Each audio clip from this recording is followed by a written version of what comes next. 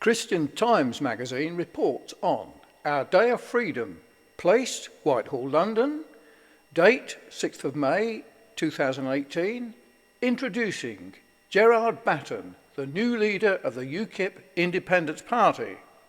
Gentlemen, your next speaker is the leader of the UK Independence Party. He gave an amazing media appearance on the Daily Politics last week. It's Gerard Batten!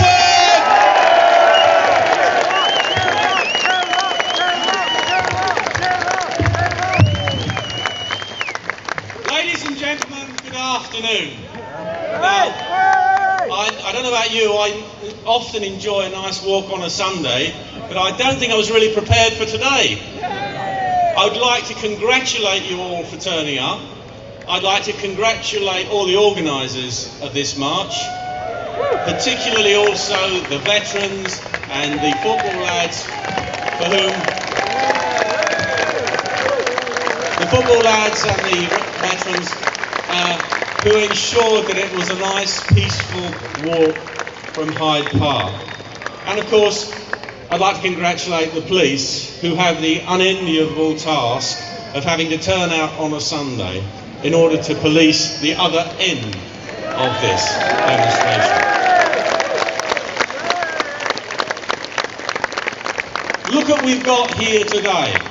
Thousands of honest, decent, patriotic people who don't need a bodyguard, or not exactly a bodyguard, they don't need to be policed. And what have you got down that end? You've got the masked, cowardly thugs who want to stop you asserting your right to free speech.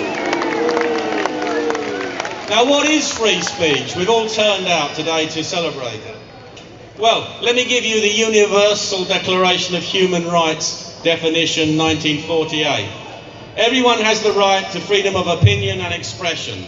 This right includes freedom to hold opinions without interference and to seek, receive and impart information and ideas through any media, regardless of frontiers. Well, it's not legally binding, and we know that in many places it's not adhered to at all. But in Britain, we had very good free speech traditions up until fairly recently. There were no laws for free speech, but there were no laws until recently against free speech. And of course in America, it's protected under their constitution. Well, freedom of speech is vital to Western civilization. It must be free to discuss ideas and issues, and that's what we've done over the last few centuries. And look what we've added to the world in terms of our law, our political systems, our science, our art, our literature and our culture. It's put the modern world where it is today. That's what our freedom of speech has achieved in the last 300 to 400 years. And now it's under attack. And how is it being attacked? Well, about 3 or 4 main means of doing that. One is name calling. Anybody now that says something which is not acceptable to the political and media establishment is labelled. You might be a racist, you might be a homophobe, you might be this phobe or that phobe, but you are labelled and given a name so that you can be marginalised and intimidated from not talking. And we have censorship. We have Tommy Robinson recently taken off Twitter. And some of you will have noticed over the years, do you remember Dr. David Bellamy, who did those marvellous programmes on the BBC? He was taken off because he wouldn't subscribe to the man-made climate change theory. And not only that, another chap who's had that experience, Piers Corbyn, who's Jeremy Corbyn's brother. He's actually, he's a very nice chap. I've met him, and he is an expert meteorologist. He's got a business that conducts, he makes money out of predicting the weather. He's no longer on the BBC because he doesn't believe in man-made climate change either. So he's been dropped. And then, of course, we have universities, no platforming people. Well, I thought the idea of universities was to actually discuss things and arrive at a consensus of what's what based on all the arguments. I never went to university, so obviously I have a misunderstanding as far as that's concerned. And then we have this new concept of hate crime. I'd like somebody to describe to me what a love crime is. All crimes are hateful. They're normally perpetrated by people with no conscience or fairly hateful themselves. So what's a hate crime? Well, let's have a look for a definition, shall we? Now, if I quote you the Public Order Act of 1986, it says, just to give you a brief overview, nothing in the Act which actually prohibits or restricts discussion, criticism, expression, antipathy, dislike, ridicule, insult or abuse of particular religions or beliefs or practices of their adherents, etc., etc. It seems to be telling you that you have the freedom to criticise belief systems and ideologies. But now look at the most recent Police and Crown Prosecution Service interpretation of that Act, and I'll read it to you. If someone does something that isn't a criminal offence, but the victim or anyone else believes it was motivated by prejudice or hate, we would class this as a hate incident.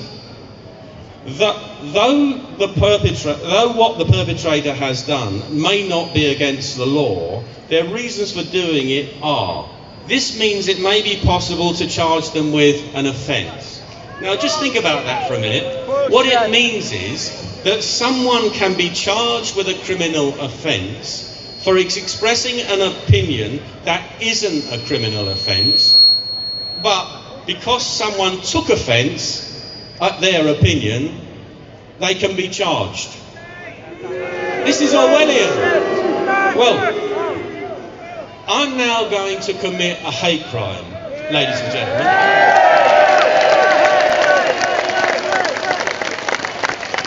And you're all my witnesses. Now, a few days ago, it was Karl Marx's 200th birthday. Now, I hate Marxism. I hate communism. I hate what it's done to the world. I hate the repression, the suffering, the murder that has been caused around the world and which in many countries it is still causing. Now, are there any Marxists out there who are going to take offence at what I just said? For example, John MacDonald, the Shadow Chancellor of the Exchequer, is a Marxist. If he was offended at watching me say this, I could be guilty of an offence and I could be charged.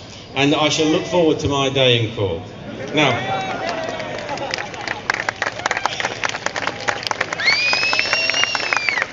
how did we reach this insane situation?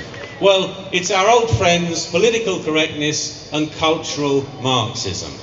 Now, you'll all know where political correctness came from. It was invented in communist countries because the political system didn't actually describe reality. It was unreal.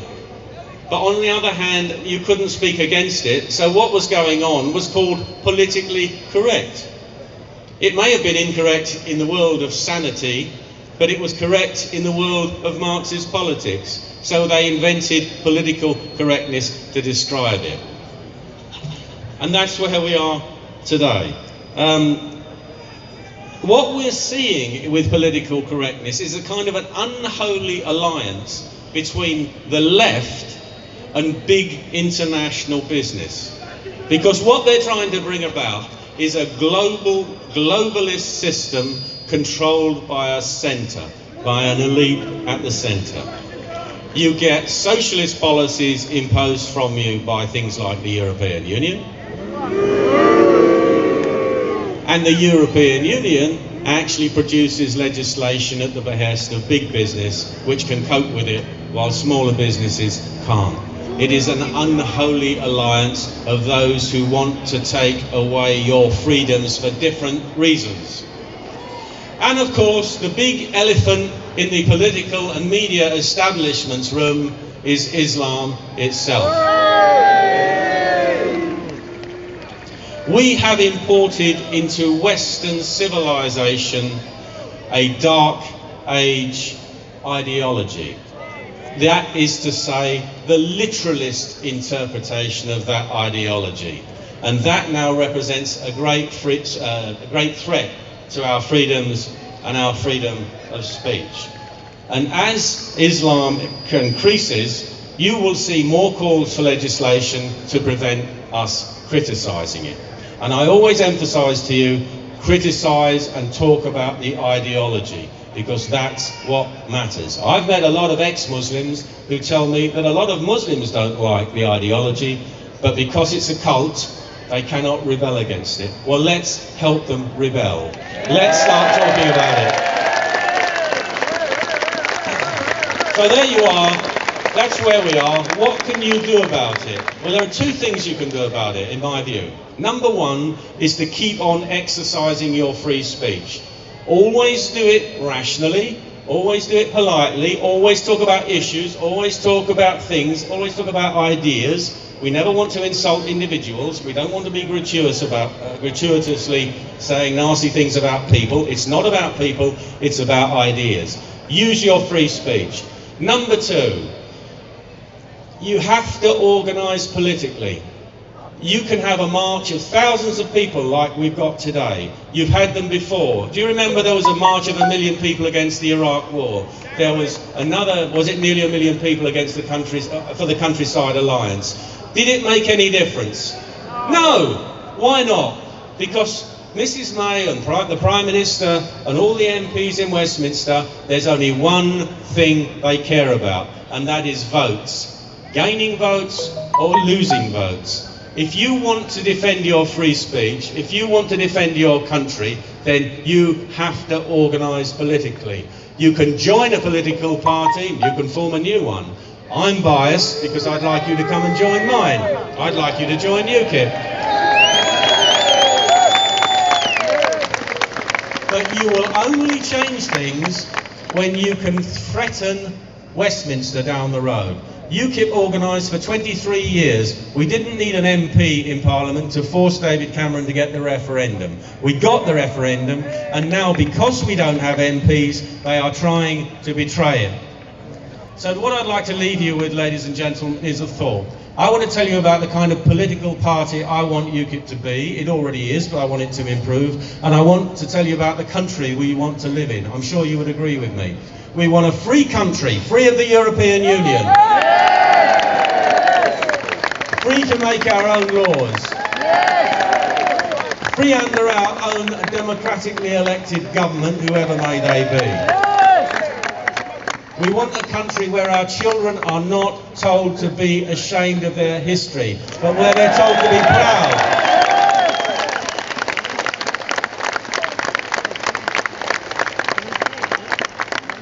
We want a country which is at ease with itself because it's proud of its history, it's proud of what it's done, it's proud of what it is, it has a vision for the future, and we want to be good friends and neighbours with all the other countries of the world. Thank you.